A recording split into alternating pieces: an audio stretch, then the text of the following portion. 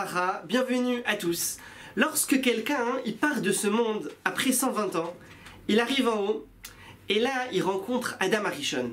Et il regarde Adam Arishon et Adam Arishon il le regarde pour allusionner que si quelqu'un maintenant il est niftar, il est décédé, c'est à cause de la faute d'Adam Arishon qui a entraîné la mort dans le monde. Et là il est dirigé vers deux chemins. Soit il y a ceux qu'on emmène son âme au Gan Eden, soit celui qu'on amène son âme au Gehinnom. Alors celui qui a été méritant, qui a accompli la Torah, qui a accompli les mitzvot dans ce monde-ci, il vient l'ange Azarkel, qui est responsable des neshamot des tzadikim, et qui les emmène au Gan Eden. Il arrive et il dit « Méritant, tu as été méritant, tu as su accomplir la volonté d'Akadosh Baruch Hu dans ce monde-ci. » Et il prend cette âme-là et il l'amène où? À la porte du Gehinnom. Pourquoi? Il l'amène là-bas, et là il crie « Refroidissez le four, refroidissez les feux !» Et là tous les employés du Gehinnom, ils s'activent, ils refroidissent le feu, ils baissent la température, 2000 degrés, 1000, ils diminuent. Et là, l'ange, il prend l'âme de ce tzaddik, il la fait passer dans le Gehinnom, elle se trempe là-bas, et elle continue son chemin. Parce que quelqu'un, même qu'il a été tzaddik, au final dans ce monde-ci, il a vécu dans un monde matériel. Donc pour se séparer de cette matérialité, l'âme, elle passe un petit peu par le Gehinnom. Et là-bas, il continue son chemin. Et là, cet ange-là, Azarkel, il l'amène dans un endroit où là-bas, il va retrouver tous les tzadikim. Et arrivé là-bas, à cette porte du Gan Eden, il dit le pasouk, Pitrou Sherarim, ouvrez-vous les portes, Veyavo Goy Tzadik, et il va venir un peuple juste, Shomer et Mounim, qui a su garder sa croyance en Akadosh Baruch Hu. Il a su garder dans ce monde-ci, malgré tout, il a gardé sa croyance en Akadosh Baruch Hu. Faites-le rentrer, et là il rentre, et les tzadikim, les gens de sa famille qui sont là-bas aussi, ils l'accueillent, et lui il est heureux, et eux ils sont heureux. Et comme ça, il reste là-bas pendant 3 jours. Après 3 jours, il continue son voyage et son parcours. On va voir dans la suite 7 niveaux dans le Gan Eden en fonction du niveau qu'il mérite. Alors il dit Rabbi Yehuda, Asa Akadosh Baruch Hu. Akadosh Baruch Hu, il a fait Yerushalayim Shel Ma'ala, Yerushalayim d'en haut, comme le Jérusalem d'en bas. Il existe Jérusalem en haut, avec le Beth Amikdash, avec la ville, avec les murailles de la ville, tout est construit en haut. En bas, malheureusement, on n'a pas le Beth Amikdash. Et Akadosh Baruch Hu, il a juré que tant que le Beth Amikdash ne sera pas construit en bas, il ne rentrerait pas dans le Beth Amikdash d'en haut. Et ce Beth Amikdash là-bas, il y a 7 groupes d'anges qui gardent les portes de ce Beth Amikdash, les 7 portes, ils gardent. David Ameler, il a rêvé, il a toujours voulu avoir le mérite de rentrer dans ce Beth Amikdash là. Et c'est ce qu'il dit dans les Tehilim. Pitroulim Sha'aret Tzedek. Ouvrez-moi les portes de la justice à vos vam. Je vais aller dedans. Oïdé Ya, et je remercierai Akadosh Baruch Hu. Mais à part ça, il y a aussi d'autres groupes d'anges qui sont postés sur les murailles de cette Jérusalem d'en haut. Ils sont postés là-bas sur les murailles et ils gardent aussi. C'est ce qui est écrit dans le pasouk. Al Chomotaych Yerushalayim, sur tes murailles Jérusalem. Ivkadti Shomrim, j'ai placé des gardiens. Et là, l'âme de ce monsieur, elle commence, de ce monsieur et cette femme, ça peut être n'importe qui, elle commence à monter au Gan Eden pour accéder à la place qu'il mérite. Elle arrive première porte. Là-bas, il y a qui? À nouveau Adam Arishon. Parce que la première porte, c'est cette porte de la Me'arat Amarpela. Là-bas, dans la Me'arat Amarpela, il y a une porte qui donne sur le Gan Eden, sur le premier étage, premier niveau. Et là-bas, c'est qui est enterré dans la Me'arat Amarpela? C'est Adam Arishon. Donc il est présent. Si le monsieur, il est méritant, l'âme, elle est méritante, il lui dit « Faites place, libérez de la place, continue ton chemin en paix. » Et là, il passe au deuxième niveau, deuxième porte. Il arrive là-bas, Yakim. Il y a les kérouvim, c'est les chérubins. C'est des êtres qui ont un corps d'ange et une tête de bébé. Il arrive là-bas et ils ont le cherev amit hapechet. Ils ont l'épée en feu qui tourne, qui tourbillonne. Et ils sont là-bas. Et s'il est méritant, alors il pousse l'épée, tu peux passer, continue ton chemin. Et il lui donne même un petit ticket. Il lui donne un petit ticket de passage, un petit mot, continue, tu peux passer. S'il est méritant.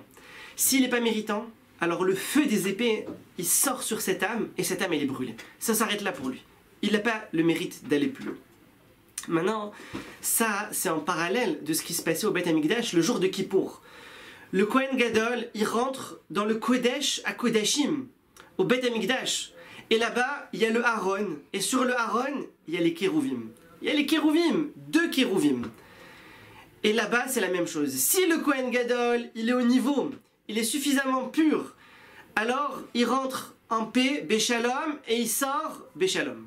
Mais s'il n'est pas au niveau, il a des mauvaises pensées, il n'a pas le niveau de pureté requis pour être dans cet endroit-là, dans le Kodesh à Kodashim, alors il y a une étincelle de feu qui sort des Kérouvim et qui le tue sur le champ.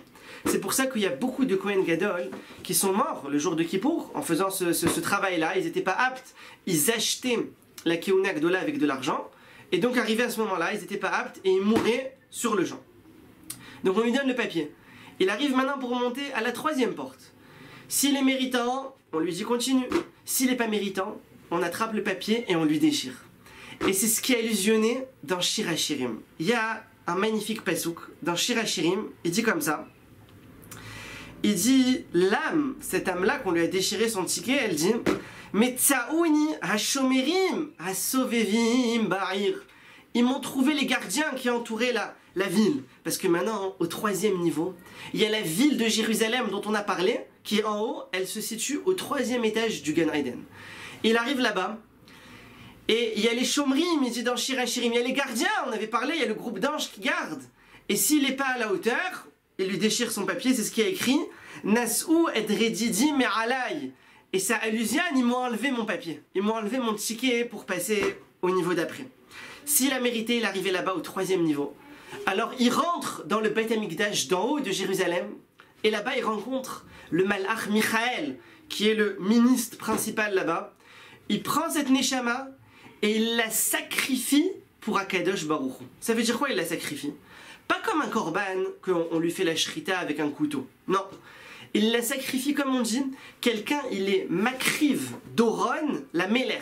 Quelqu'un, il donne un cadeau au roi, on dit qu'il est makriv. Alors là, on approche cette âme. C'est le cadeau d'Akadosh Baruch Hu. C'est-à-dire quelqu'un, il peut mériter d'être le cadeau d'Hachem, si dans ce monde-ci, il a travaillé. Il a travaillé comme il faut, il a travaillé la Torah, les mitzvot, les midot, les traits de caractère. Il arrive en haut, c'est le cadeau d'Akadosh Baruch Hu, rien qu'au 3e niveau. Il continue, s'il est méritant, alors l'ange Michael le prend, il le fait monter 4e, 5e, 6e niveau. Et là, l'ange Michael, il dit à Akadosh Baruch Hu, il lui dit, tu es heureux, Akadosh Baruch Hu, d'avoir des enfants. Quelle joie d'avoir des enfants comme le Ham Israël, qui sont les descendants de ceux que tu as choisis, descendants d'Abraham, de Yitzhak, de Yaakov. Quelle joie! Heureux sont les tzadikim qui méritent d'arriver maintenant à ce niveau-là, qui arrivent d'arriver à la 7e porte, tout en haut du Gan Eden. Et là-bas, les tzadikim, ils sont proches d'Akadosh Baruch Hu. Ils profitent de la lumière d'Hachem. Leur âme, elle se nourrit de la lumière d'Hachem. Et ils deviennent comme des malachés Hacharet, comme des anges de service. Et ils louent Akadosh Baruch Hu. Et ça, c'est le repos éternel. Le repos éternel, qu'on dit que quelqu'un, il va arriver au Gan Eden, ça va être le repos fini, c'est arrivé à ce niveau-là.